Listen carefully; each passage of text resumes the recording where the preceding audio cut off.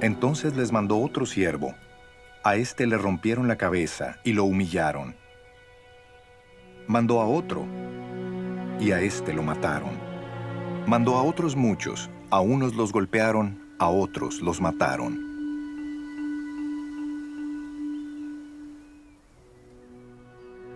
Le quedaba todavía uno, su hijo amado. Por último lo mandó a él pensando, a mi hijo sí lo respetarán.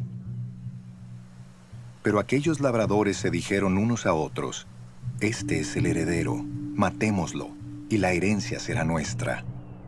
Así que le echaron mano y lo mataron, y lo arrojaron fuera del viñedo. ¿Qué hará el dueño?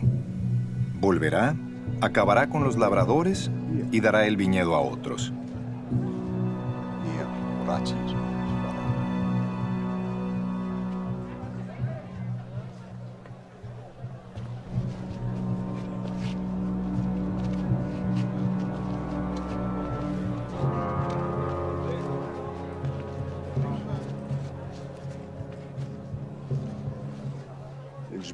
¿No han leído ustedes esta escritura?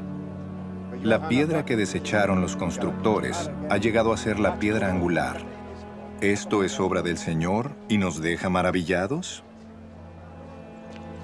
Cayendo en la cuenta de que la parábola iba dirigida contra ellos, buscaban la manera de arrestarlo, pero temían a la multitud, así que lo dejaron y se fueron.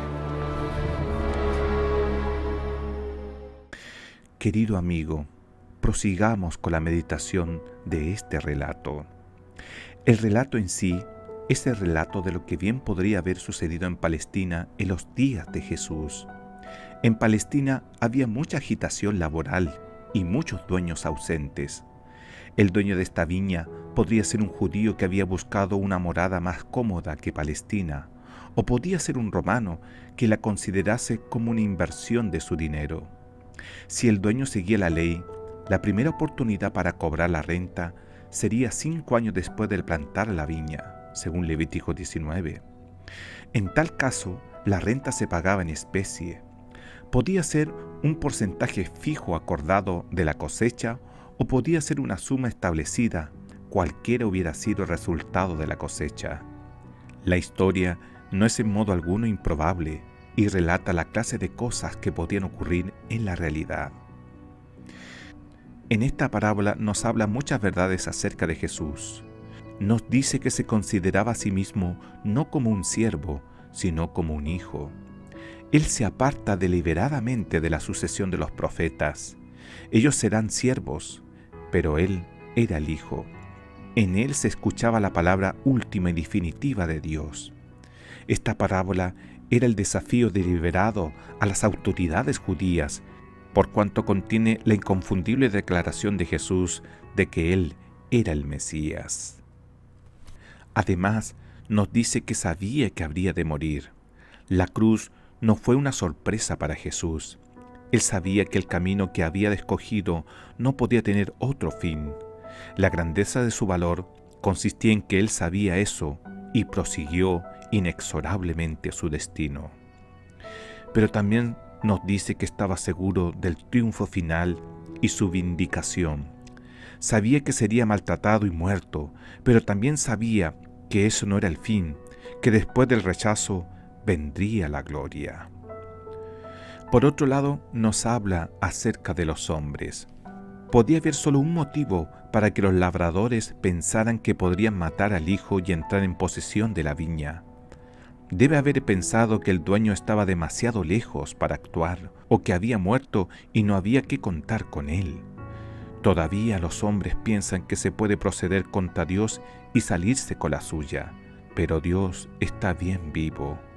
Los hombres tratan de aprovecharse de su propia libertad y de la paciencia divina, pero viene el día de rendición de cuenta, porque todos sabemos que en la libertad inexorablemente implica libertad.